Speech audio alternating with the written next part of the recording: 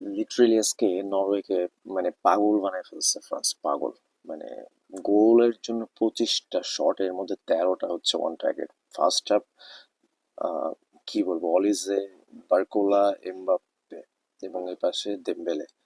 আহ, মানে সুইডেন আসলে কিছু করার নেই। আর এমবাপ্পে, ও মাই গড, কোথায় থামবে এমবাপ্পে? রেকর্ডের পর রেকর্ড। 18 গোল অলরেডি, মেসির পর।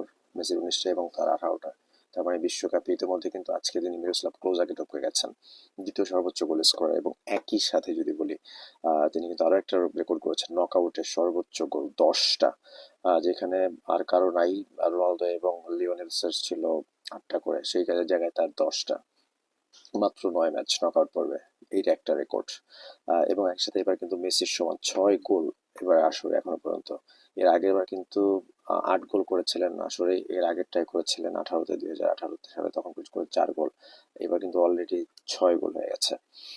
মানে গোল্ডেন বুট জয়ের দৌড়ে এবার কিন্তু তিনি আহ, সমান সমান পাল্লা দিচ্ছেন লিওনেল মেসির সাথে।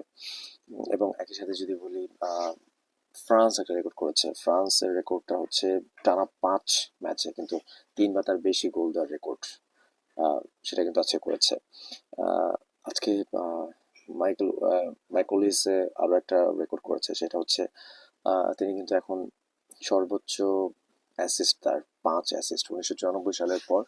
আহ, জার্মান তারকা, নামটা মাথায় আসতেছে না, তারপরে কিন্তু তার এই রেকর্ড, ফরেস্টের সর্বোচ্চ রেকর্ড। তার আজকে একটা ওভারহেড কিক ছিল, ও মাই গড। যদি সেটা গোল হতো, আই এম শিওর যে এবারে টুর্নামেন্টের সেরা গোল হতো এটা। লিবক্সের বাইরে থেকে তার overhead kick, just goal post.